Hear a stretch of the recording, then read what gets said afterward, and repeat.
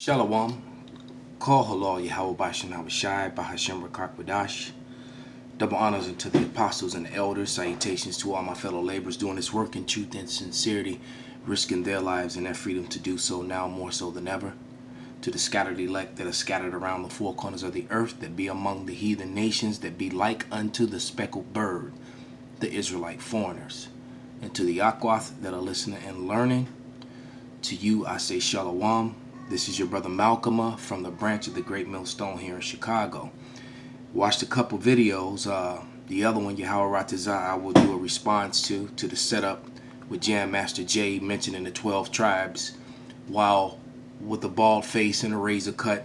No videos of him ever teaching the word or doing any work for Yahweh Bashem Abishai, yet he wants to speak in our behalf with armed militias challenging the government and the KKK and everything that's set up by Esau Edom. This is all to demonize us. So Yahweh Ratazah, that will be the next video, and I still have to do part 2 to the discontinue from Jeremiah 17:4. But we're gonna jump into this video that I caught on Al Jazeera, and it's just showing you the condition of the earth and how the earth actually was beginning to heal with the lockdown, and now how it's going right back to the way it was. All right. As a matter of fact, let's open with a scripture. Let's get Jeremiah 51. And this is Jeremiah 51 and 25. And it reads, Yahweh I've hoped. Wait, is this the right scripture? No, it is not. It's not the scripture that I want. Well, instead of trying to figure that out real quick, let's just jump to another one. Let's go to the book of Job 9 and 24.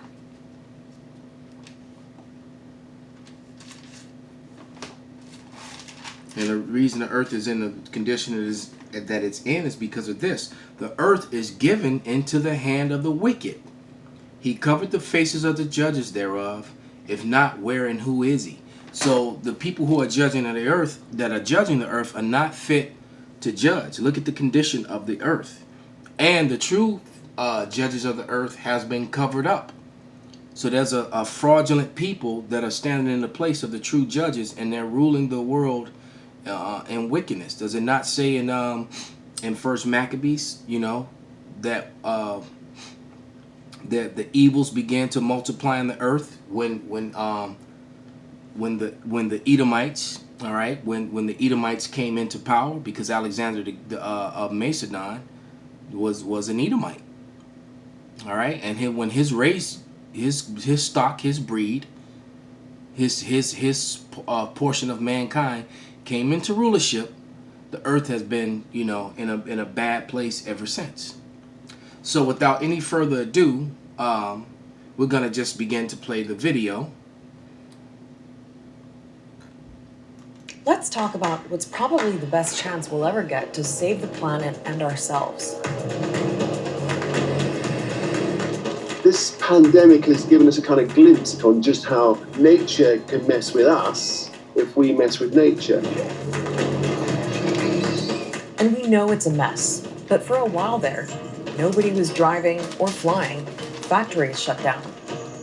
Our carbon footprint shrank a few sizes. But now the global economy is chugging back to life. And all those people pushing for a sustainable future, well, they're warning we can't go back to business as usual. This pandemic is a wake-up call. So how did the pandemic affect the environment? And is it possible to bring back the economy without killing the planet?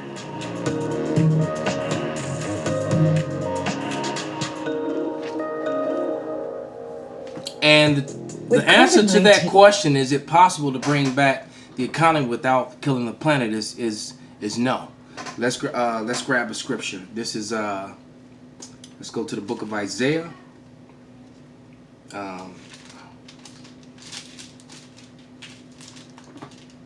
10:1, and it reads, Woe unto them that decree unrighteous decrees and write grievances which they have prescribed.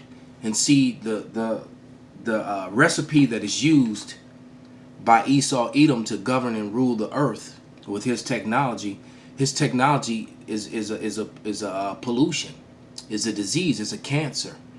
Because the technology that Esau Edom uses, it actually and literally destroys the earth. It destroys the ecosystem. It destroys the animals. It destroys the people. See, in Proverbs 29:2, it reads, "When the righteous are in authority, the people rejoice. But when the wicked beareth rule, the people mourn." And the whole world is in mourning right now. The whole world is in mourning. All right? The Earth basically caught a break, and maybe we have too. For starters, the global shutdown did a lot of environmental good. People noticed. Suddenly, the air we breathe is cleaner than it has been for decades. Air pollution has been radically cut, emissions have plummeted, and suddenly everybody's talking about nature. It happened fast. Almost overnight, cities like Beijing and New Delhi, which usually choke on smog, were able to enjoy baby blue skies. Bees could smell flowers and find food more easily because of less car fumes. Deserted streets also meant some wild animals made a bit of a comeback. See, it tells you that the earth is going to rejoice when the wicked go down, man. All right, because the technology that they use is a filthy technology which kills both the animals. It destroys the water. It destroys the air. It is destroying the food process. I mean, you walk into a grocery store, you walk into the fish aisle, and you know, I was in Whole Foods a couple days ago, and I walked into the fish aisle, and the first thing I saw was abalone and shrimp. So you're taking and you see the water that the dolphin is in, all right? It's not clear and clean, all right? But nevertheless, you're taking the water's natural cleaners and filters, and you're eating them. You're marketing the things that clean the water, which the water is needed for all of the circle of life. You're taking away a very important portion. As a matter of fact, the funny thing is that when you do a little bit of research, it's not hard. Things that they call a delicacy was once used to feed inmates. See, they used to feed inmates bottom feeders. You know, that basically that would be the equivalent of feeding people on Earth roaches, rats, and mice. Because the role that they play on the Earth, all right, as far as being bottom feeders to eat and you know, and get rid of dead carcasses and garbage and that whole sort of thing. Pigs, that's what pigs did in the ancient world.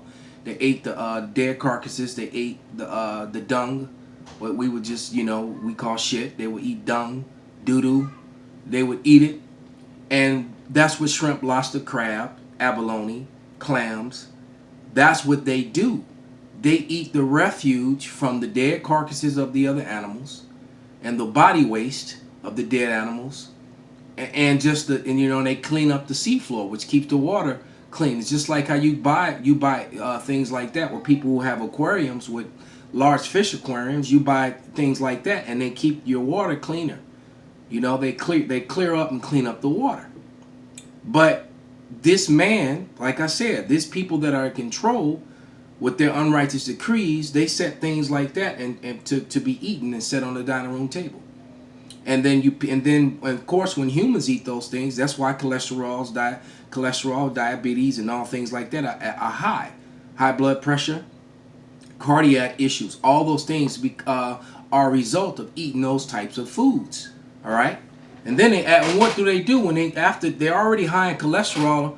And then what do? They add a whole bunch of salt to it, a whole bunch of sodium. Not the good salt, but you know, the man-made sodium stuff, man. All right? Though the return of swans and dolphins to Venice, well, that was fake. But still. We have really an opportunity now, and it would be a shame to miss it and to just go back to this very polluted, high climate risk world that we had before. And see, and the Lord's going to get rid of that very polluted, high risk thing, because the Lord's got a plan, man. He's going to make this right. Esau has no plan. Look, they had, well, I forget the guy's name. You can go on YouTube and look it up, but they've had the technology to run cars, because we looked at it earlier in the video. They showed you how the skies and things will clean it up. all right, in a very short period of time. But they've had the technology to run cars and vehicles off of water, off of corn, from corn and all sorts of other things that were cleaner burning fuel, energy sources. But guess what? The so-called white man, Esau Edom, is just so wicked. He disregarded those things. Why? Because he had set up his monopoly with cash, with the greenback, with the Saudi Arabians, and so that threatened the big car industries and and the big oil industries. They did not want to give up their greenback. Okay? And the earth needs his oil. The oil is like the blood of the earth. That's why you've had so many crazy earthquakes, tsunamis, landslides, and things of that nature all around the earth all the time, and now even more so than ever, because the plates have no lubrication in them, and then they grind and they shake, and then well, there it is. This, like I said, this man isn't fit to rule, man. I'm close to Amos, so let's get that. That was one of the scriptures that I wanted. And we're not even talking about the just the outright disrespect and violation of the laws of the Most High right now. We're just talking about the physicalities of doing things that are wrong, that are not profitable to the earth, to the body, and to the people that live on the earth, man. I'm in 8. I need to be in 9. Well, you know what? I'm going to read that, because now that I'm looking at it, because two things are going to come from the scripture. This is Amos 8 and 11. It says, "Behold, the days cometh, saith Yahweh power, that I will send a famine in the land, not a famine of bread nor thirst for water, but a hearing of the words of Yahweh." Well, that twofold, because the actual famine is coming too. All right, and one of the reasons a famine is coming is because of the actions that have been taking place on the earth, man. The earth is not bearing, it's not giving forth its substance the way it once did, and the Lord is speeding these things up to make it happen, man. This is Amos 9 and 8, and it reads, "Behold, the eyes of Yahweh power are upon the sinful kingdom, and I will destroy it from the face of the earth, saving that I will not utterly destroy the house of Jacob, saith Yahweh." So the house of Jacob, that utterly, it didn't say he wasn't not going to destroy Jacob. He said he was not going to utterly destroy Jacob, because the elect of Israel, the elect of Jacob, are the ones that are going to be saved out of these calamities that are now upon us, that are just going to increase and get worse and get greater. Over the last decade, CO2 emissions have been rising around 1% every year from things like cars, planes, and factories. But all of that activity ground to a halt during the pandemic. And experts think that by early April, global CO2 emissions have decreased by around 17%. That decrease comes largely from road transport. The lockdown is a brutal way to do it, but you can see the size of the effect. But it's not all been rosy. Billions of us have been told to wear gloves and masks and wear more protective gear, which are also destructive to the body. But look at the trash and the garbage that is now leaving. All right. And it's all piling up on the mountains of garbage we're already dealing with. See, this is what happens when the Edomites are in rulership of the earth with their greed. It's their form so that you can have your Beverly Hills lifestyles, your Hollywood lifestyles around the earth, that whole mentality. This is what it creates. This is the result of iPhones, large screen TVs, plastic bags, and people not having their own lands and their own food, their own farm, their own substance. This is the result of it. Using materials that are detrimental to the people, detrimental to the planet itself. See, the problem in the earth is Esau Edom. And someone needs to tell Jam Master Jay, which he's being paid by Esau Edom, all right? Because I believe 50 Cent was the one who reposted that. With these celebrities all of a sudden waking up to the fact that they Israel, but they're not helping the cause, man. All right, all you need to do is click on the videos of the men that go on the highways and byways, and do this work. Preferably the men of the great millstone and the different camps that teach the likewise doctrines. The ones who acknowledge that the elder apostles of the great millstone, you know, they learn from them, because those are the true men of the Lord, the body of Yahweh Shai. All right. Because, you know, the truth did come out of One West, and then not only then, there was an elite of One West. All right. Because it quite frankly, just to be honest, there's a group of men out here who came out of One West that the Lord is dealing with more than others. Point blank, period. The new revelations and new understanding and further breakdowns, which the scriptures back up, it didn't come through any other camp. That came through the men of the great millstone, from the apostles and the elders, man.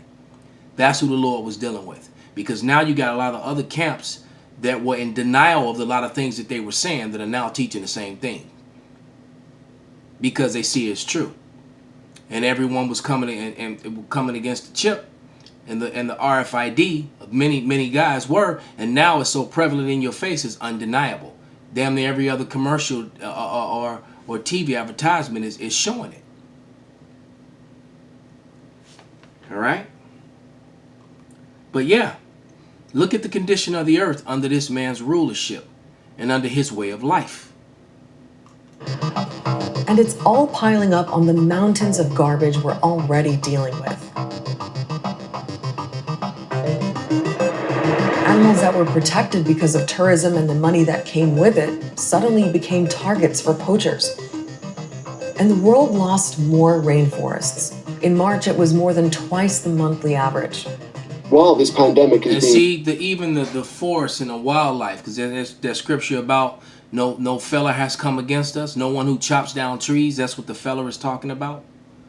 But here, let's get this last scripture and close this out. This is Revelation 11 and 18. All right, and it reads. Actually, I'm gonna read 14 and jump down. It says, "And the second woe is past, and behold, the third woe cometh quickly." And that's what's going to end all this.